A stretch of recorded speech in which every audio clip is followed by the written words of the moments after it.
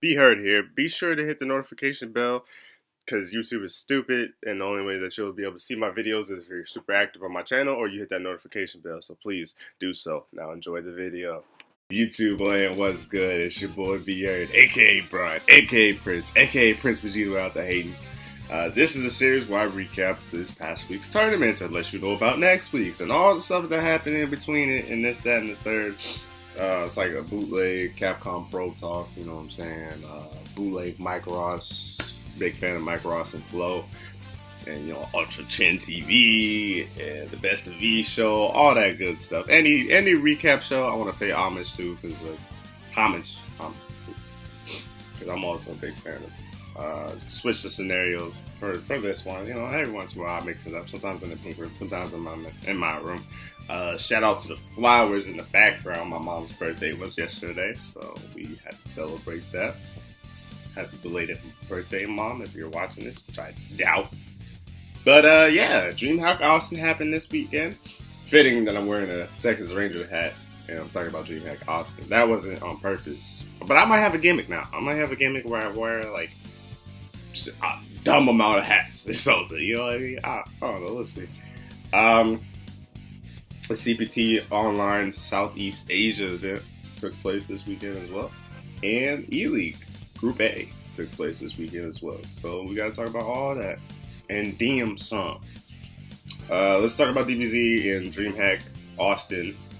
Sonic Fox took first place, no surprise there. Chris G took second. Hook Gang God took third. Nakul took fourth. Greg, shouts out to Greg, took fifth, and Super New took fifth as well.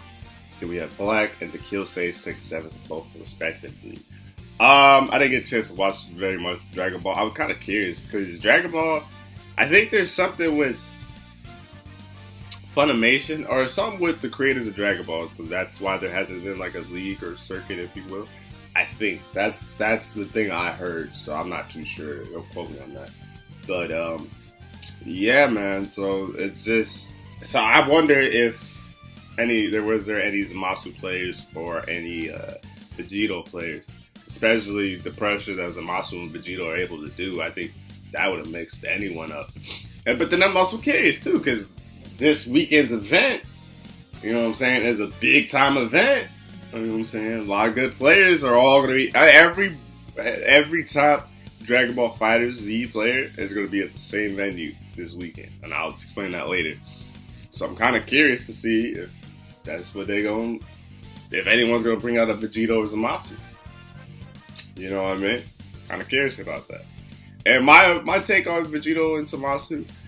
Zamasu, he's tough. He's a bit tricky. I like Vegito's gameplay, but Vegito's assist is kind of. I think Zamasu is going to be kind of the meta, if you will. Like, you know how like Bardock, Cell, and Vegeta is the meta.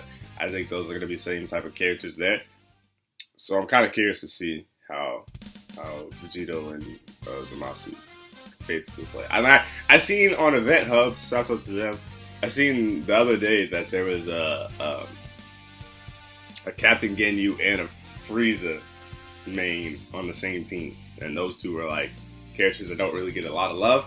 So the fact that you're able to do that with those characters, it just depends on the player. It just depends if you're gonna put in the time, put in the work, and stuff like that too. But I did get to watch some Street Fighter. From the Street Fighter I did watch, I did enjoy it. I thought it was great. I thought it was fun. Justin Wong took first place. Good to see Justin Wong win. One of the top players in the world. It always does well, but it's rare. It's good to see he wins. You know what I'm saying? And I think he's one of those people, like, I would rather be like a Justin Wong than a game specialist, where Justin Wong could play like Dragon Ball, Marvel, Street Fighter, Justice. Like, he could basically play anything he puts his hands on, whatever he wants to play. I would rather be like that than, not. And then Oil King took second. Oil King played as Rashid, obviously, and Folk. And people have to start. I mean, what? That's like 3 or 4 in a row that Oil King has had top 8 finishes. I mean, y'all gonna have to start respecting the man. He's gonna have to be a person you're gonna have to watch, because he's been doing good. Especially the fact he's on UYU, so he could go to a lot more of these events, especially the American events. This man's out here getting a lot of points, like it's nothing. So shouts out to him. And then Terrence, the Chun-Li player, I first saw Terrence at Winter Brawl. I'm guessing he's from the East Coast. I'm not too sure. Don't quote me on that. But a lot of don't quote me today. So you can tell I haven't done a YouTube in a while. Toy with or Toy. I guess Toy. With M Bison, and then Punk and Jan took fifth respectively. Punk playing a little bit of Cammy and Karen, and then Frick, a Zangief player who actually took out I think Wolfcrone and the homie Ice. Took 7th, and Alex Myers took 7th as well. So they got like Alex Myers and Bricks got 1 point. Punk and Jan got 10. Toy got 20. And I believe Terrence got 40, Oil King got 70, and then Justin Wong got a whopping 150 points because this was a ranking of it. And then Punk got a complaint, and it was funny how people were like getting that Punk, saying like, oh, because I guess Punk said something about the frustration of the PlayStation 4 not being able to like read his inputs or something along those lines. I don't have the exact quote. I probably should, but. And it was funny how people were coming at Punk like saying this and the third. But what people fail to realize is that these machines at tournaments are usually probably running all day and they're only playing one game, right? So if they're running all day, they're only playing one game, you're going to have faulty equipment. That's just, you know what I'm saying? I guarantee you, if you go to work right now, if you leave your PlayStation on and go to work right now, that mug might be a sauna. It might be ready to blow up and stuff like that. Like, it's just problems you're gonna have, and especially with multiple USB ports and stuff like that sticking in it. This sounds crazy if you were to take it there, but it's just yeah, you're gonna run into problems. Yeah. It's unfortunate that Punk is running into a lot of problems. I think Hook ain't got to the same thing. Like, he was noticing things too. And then another thing people fail to realize is that these are pros, so their job and their profession is to play this game. So it's basically like, not to compare Punk to like LeBron James or Steph Curry or any of those pros, but a basketball player knows when his shot's off, right? So I feel like a Street Fighter V player would know when his input's off. That just makes sense. They would know when it feels off. Like, especially when because the feeling of playing offline and the feeling of playing online. Online, you kind of you feel like you're playing in water, so you're moving as fast as you can, but there's like some sort of delay and you know what I'm saying?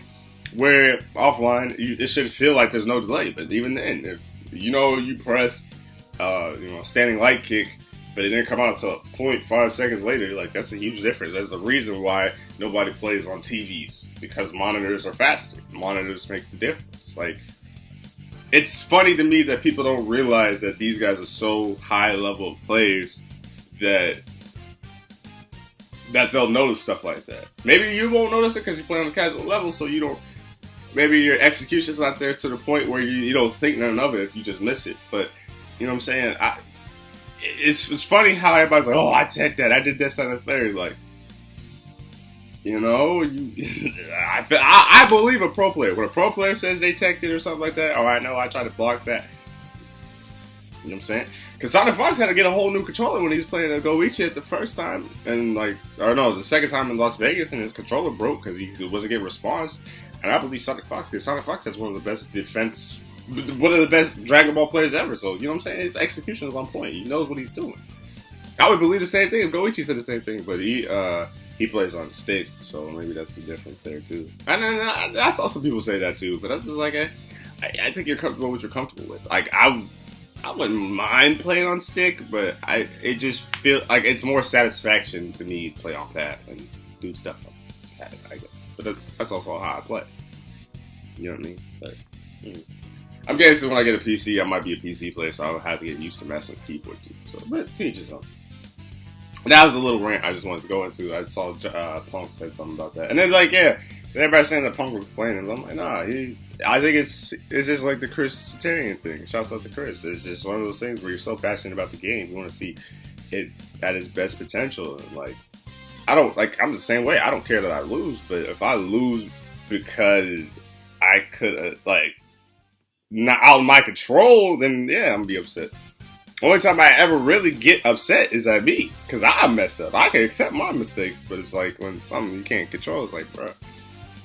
Some noticeable finishes that don't get no points. That's the only sad thing about ranking events is like only 7th place. Like really, outside of the top 5, you're not getting any points, and that's the sad truth to it. Because you get 10 versus 1. But I mean, I guess that 1 point can make a difference. We had John T, Rashid, Liquid Player. He always botches his last name, so I don't even try it no more. Sorry. Idom. Good to see Idom. Good to see. I don't know if he's been at like next level battle circuit, but I haven't seen him at a tournament in a while. Maybe he's been at tournaments. He just had his luck or whatever like that. But it's good to see him get 9th place, and I think he's actually at Eleague too. So he's still playing lore, so that's good to see. Especially since most lore is kind of vanished. They just kind of got away from the character. Ricky Ortiz took 9th as well, and then Tommy took 9th.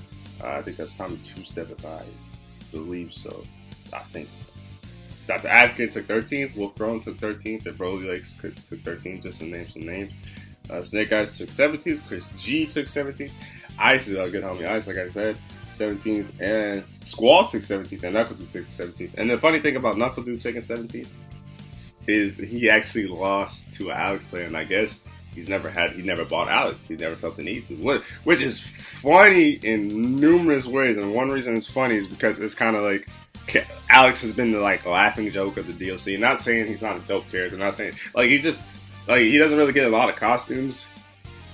He's kind of forgotten. He's kind of forgotten in the background. Like you say you still have Demon Dan. Shouts out to him. You have Gunfight.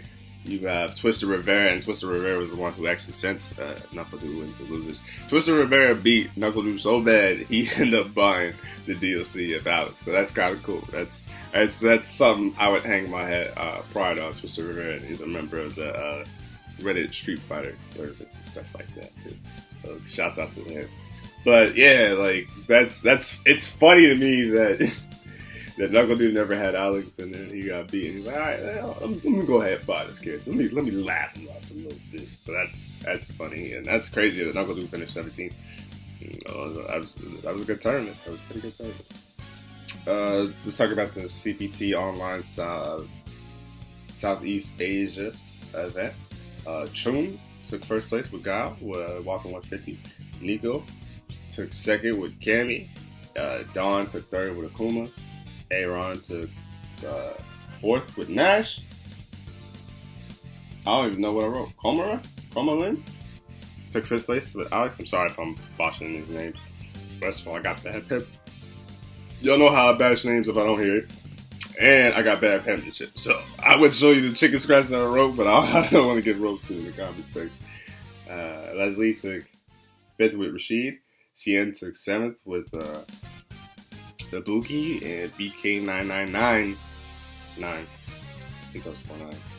I'm off today. It's Monday, yeah. Took 7th as well with Rob. I didn't get to watch the event, so I can't really speak too much about the event. Hopefully the event was dope. Yeah, man. I didn't even know that this event was happening, so like I literally got hip to it just because I was scrolling on Event Hub. I was like, oh, snap, not bad. But one event that I did watch the most of, and oh my god, you want to talk about stream monsters. There were some stream monsters on Eleague. Woo! I'd rather have a regular tournament chat than Eleague. Eleague was some savages. But I get it though, because it's all like production. It's more like TV presentable, so it's like interviews and it's on TBS and you're gonna get some more savages because there's more exposure to it. And you're like, you know what I'm saying? It's like serious, so it's different than a tournament. Tournament's like kind of just flowing one thing. There's a lot of commercial breaks. And it was some savages, but Eleague started off with Group 8, obviously. June 1st on Friday. It was a one-day event. And this is the thing I didn't say in my last video. I wasn't sure if they did a bracket like I thought they would, but I wasn't sure if everybody went, and I thought it was going to be one big tournament. Actually, it's only 2 people that go, the winner side and the loser side. So I didn't know that. And then basically, last year they had 7. I think another reason why I didn't know that is because last year they had 7 people, and I think 2 left, but they didn't have a tournament because it was like everybody played everybody. But this year they have 6, so it's obviously less matches. So that they, what they did was all 6 people had to fight each other once, and then that determined your seeding. And then after you determined your seeding, you figured out which who the two people are going to be. There's the upper half and the lower half. You know, winner side, loser side. Let's talk about as far as seeding went. You know, Luffy took first with 5-0. Luffy's Armika was looking stupid, and then it made me think. Right, like I was watching Eleague, and I'm like, man, there's really, like, when you sit down and think about it, no matter how many nerfs that Mika gets, there's a lot of good Mika players who still do really well. You think of EU, you think of Luffy, you know, I think Salty Kid's out there too, so shouts out to him. Think of USA, you got Mojo, you got El Chicote, you got Knuckle Dude if he wants to play Mika, and you think of Asia, you think of Fudo. I don't know why I said it like that. Like, there's really a lot of good Mika players. I'm sorry if I forgot any other ones, but that's just the first one that came to my mind. And like, Mika's a problem, yo. No matter how much they nerfed it. I think she technically, I don't know if how good she was in the beta, but I think every former Street Fighter 5 update, she's been technically getting nerfs. So the fact that Mika players are still finding a way, still doing the damn thing, that's off them. I mean, I was even converted by Black Ant Galaxy and El Chicote, so I was a converted Mika player. You know what I'm saying? I still like playing Mika. Mika's fun to me. And yeah, but enough about that Mika rant. Yeah, so Luffy took first place. He beat everybody. So, you know what I'm saying? Luffy was my wild card. Luffy and Dogura were my two wild cards, if you will. Like, not saying that they couldn't do it, but I was like, it was kind of interesting to see how they would place and what they would do with their characters. So those were my two wild cards I wasn't sure about. And Luffy ended up going 10-3 on the entire day, I believe. So that was dope. That was a good performance by Luffy. Tokido took second. Well, obviously he played on Akuma. Was 4-1 during the Robin round and went 9-2 during the day. That's still a good day at the office. JB took third, and that's good to see because, you know, everybody was a little iffy about JB. Not saying iffy on his skill level, which I'm not surprised. Like, looking at it, I can see why JB got third because one, he plays Rashid. I think Rashid's pretty good, and he's a good player. Like, but I think everybody was surprised because he had the stigma of the reality show. But everybody knew he would probably be the one coming out of that reality show. So it's good. I think he did a good job. Coming out of the reality show, then being on Eleague, I think he played the best he could possibly play. And I think he had a good day at the office. I really did. Men and RD took... Oh, yeah. JB was 3-2, and he went 7-6 for the day. So I still think that's a really good... Men and RD playing Birdie, he went 2-3. He was 5-7 on the day. Dogura took Urian 1-4, and it went 3-9 for the day. And then PR Balrog, Akuma, yeah, not PR Balrog playing Akuma. It threw me for a loop because I think he was the first match. I think he was the first match against Tokido. So, and he even took a round against Tokido. I want to say maybe both games because I think it was the best out of 3. And I want to say he took maybe 2 rounds, and he went 3-10 on the day, but over 5 for pools. But the fact that, you know what I'm saying, PR Balrog decided to pick Akuma in an E-League thing, not like a tournament, you know what I'm saying? I think his Akuma was fine. I think his Akuma would definitely place well if it was at a tournament, but like the fact that he's like, yeah, I'm gonna bust it out in E-League where I'm gonna play against arguably the best Akuma player. Yo, shouts out to PR Ball. He got the cojones for it, man. I was like, wow. I was surprised that he did that. But he ended up going 0-5 and like Robin round, and then went 3-10 for the day. Dogura and Tokido and Tokido beat Luffy 3-0. No, reverse 3-0. Yeah. Like, reverse 3-0.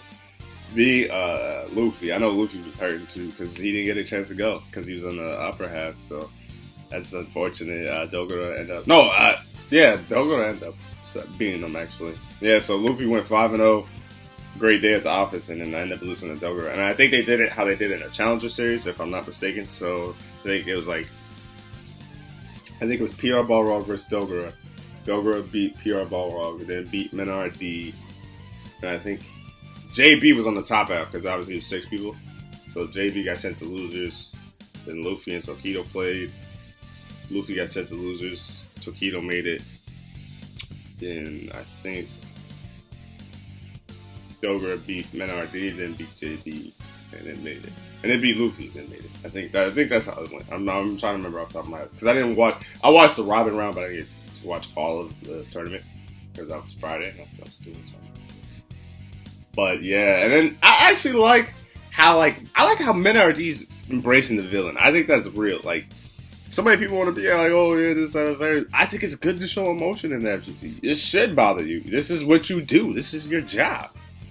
This is your job where you're where you're graded on your performance and how you do. And Menard has all this pressure because you figure he's trying to build up the DR scene by teaching people the game and stuff like that, and then he's the reigning defending Capcom Cup champion, so he doesn't have to worry. He doesn't have to worry about the CPT, but it's like you want this good representation because everybody, you don't want everybody saying it's fluky or stuff like that. I don't think it's a fluke because obviously he won. He beat Toki. He beat the best player at Street Fighter 5. So it's like if you beat him, you deserve it.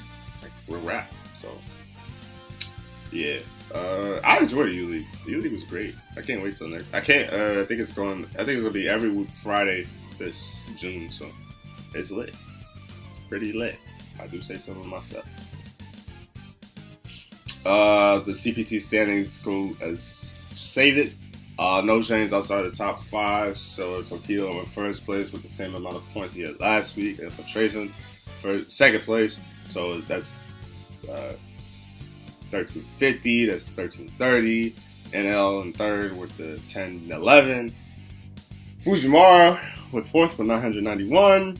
Knuckledo with fifth at 510. Berlin with sixth at 500. Oil King at seventh with 450.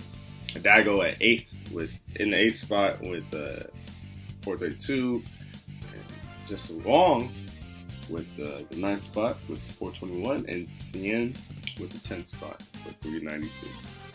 The biggest games of the week was Terrence, obviously, with the 30 spot jump. Now ranked 49, so now he's getting closer and closer to the CPT tournament, which is good to see. And he's a Chun Li player. I think, you know what I'm saying? Like, MOV and I don't even know if did Ricky play Chun Li? It didn't state who she played, so I'm not too sure who she played this past week. But yeah, Terrence and MOV and maybe Ricky Ortiz are the only Chun that I really think about, and Punk when he wants to. Toy moved up 7 spots, ranked 33rd, so he's right there, honestly. Just Wrong moved up 5 spots, now in the ranked 9th spot, and I think that's good. I think if I want to be comfortable and I want to breathe easy as a CPT player in the standings and stuff like that, I think that 9th spot is kind of top 10 is where you want to be. I feel like that's the most comfortable. The biggest drop, it was just a 2-spot drop. So Smug, Iribashi, Zangief, and Cien just dropped 2 spots. So that was the biggest drop. So it wasn't that hard this week. And the first 4 out are Toy, Punk, John T, and Ricky Ortiz. So what's crazy is like you can get 1 point or like Toy. Let's look at Toy real quick. Toy went 4th place, gained 20 points, and now is just on the outside of the CPT tournament. So it's crazy that you could do well in the weekend just by everybody else doing a little better than you, well, way better than you. You're on the outside looking in. Isn't that crazy? I like the idea of that, and I think that's what they wanted to do. They wanted to make points mean more, but at the same time, I think it's okay to feed, like, because it's still a tournament, you know what I'm saying? I feel like if you're getting, like, 17th place, maybe you could give them 1 point, and then, like, boost the points a little bit. Not saying nothing crazy, but it's outside the top 8 in a ranking event, you don't get no points. And what if you get 9th? You know what I'm saying? If you get 9th anywhere else, I think it's 100 something points. I think I'm wrong, because the career is 700. It's like 90. Like you get some points. You know what I'm saying? So and then like like 7th spot in the ranking event, you get 1 point. I think it's 33rd, if I remember right. You get 1 point. So it's like that doesn't. Like, come on, man! You got to close that gap. That'd be my request for next year's CPT. And then next week, the fight in Colombia. That is a ranking event for 150, whopping 150. And then the European East 1 online event is a whopping 150 as well. So I'm guessing we'll probably see, I bet you'll see Problem X, because Problem X didn't, he left. I want to say, I think he went to a Stunfest, and then probably a Akuna. I forgot how to spell his name. The guy I played that was really good, that finished top 8 at Stunfest. Akino. Yeah, I think, right? I'm butchering. I don't know why I'm butchering so hard. I'm bad at names. I'm sorry. I gotta work on that. That's probably why I gotta work on my commentaries. Actual commentary and then names. That's it. We gotta get better. So you probably see some of those guys there. I don't know, actually. We'll see who's in the Europe East 1. That's the only problem about like the Europe's, like the UK, the Europe scene, and like the Japan scene. Is I don't know where everybody else is located. You know how like the U.S. I could clearly divide. This is East Coast, and that's the West Coast, and this is that. This is that. I know Sajam over here, and Yipes is over here. Like, you know what I'm saying? I could different. But I couldn't tell you in the Europe scene or anything else like that. I don't know what the East is, West is, all that stuff. But yeah, and the Summer Powers this weekend too, and that's gonna be so hype. I can't wait for that tournament. That's gonna be sick. I'm actually probably gonna watch that, to be honest with you. They actually have predictions out now, which I'm actually looking forward to. I don't even know who to pick on my team. Maybe the safest bets is Sonic Fox and Goichi, but they're 200 points apiece, and then I think it's only out of 800 points, so you got to pick 8 players. But there's only like a couple players that are $50. It's gonna be interesting too. I can't wait for that tournament. That's gonna be sick. That's probably the one I'm looking forward to the most. But it's over 3 days, so I don't know how they're gonna do it. But we'll see. And then the last thing on my notes is Eleague Group B starts Friday, June 8th, I believe. And then the Group B we have Punk, Fudo. What am I saying? Dude, I am just off today. I apologize if you're at this point in the video.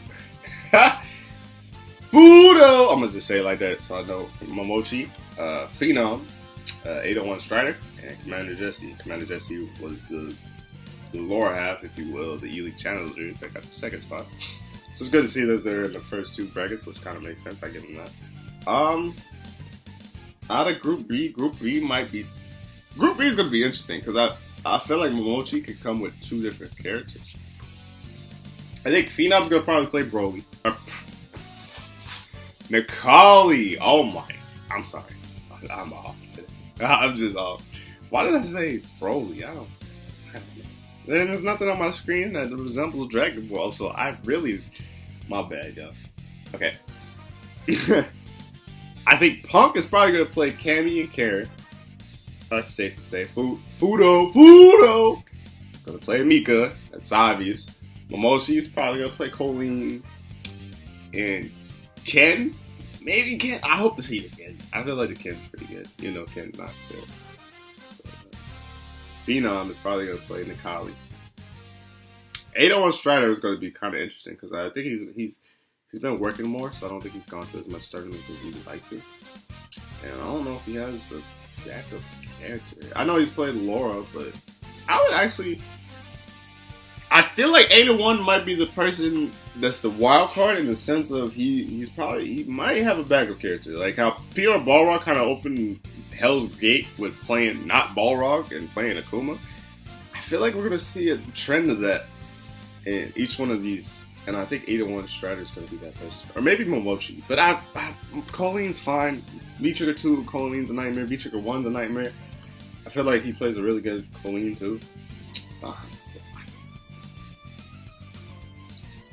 If I had to choose people to come out, I think Fudo will come out in the upper half. I think Punk's going to come out in the lower half. That's going to be my guess for those 2. This is actually a really tough bracket. Oh, this one, I think this one's closer than the other ones too. But I mean, I can't say that. That's pretty interesting. So like I said, I think Punk and Fudo are going to be the two that come out of the Group B. I think Punk plays Karen or Cammy. Fudo plays Mika. Momoshi's going to play Colleen and Ken. Phenom's going to play Macaulay. Maybe because I was thinking of Macaulay. I don't know why Macaulay and Broly. Do y'all see him as a... Oh, okay. Ado and Strider probably gonna play Laura. Maybe he has a pocket Abigail because he did play Abel in 4. So I mean, he does play Commander. But, you know, he could be working on somebody. And then Commander Jesse obviously gonna play Dawson, and then I think, like I said, Fudo and Punk are probably gonna be the best. I don't like a lot of Commander Jesse's matchups, just character wise. You know, like any. Just thinking about it. But maybe Commander Jesse probably proved me wrong. I believe it. And yeah. So that was a weekend recap. This went a little bit longer than I want, but next week it's probably gonna be lit. I don't know how much I'm gonna talk about the fight and the European East one. I'm probably gonna talk about the standings, obviously. I'm gonna talk about the tournaments, but I think like my schedule is busy as far as like Eleague and some of the Power Code. Like I want to watch those two. Like that's really bad. But I'm gonna end it at 30 minutes, and I'm out. Bye.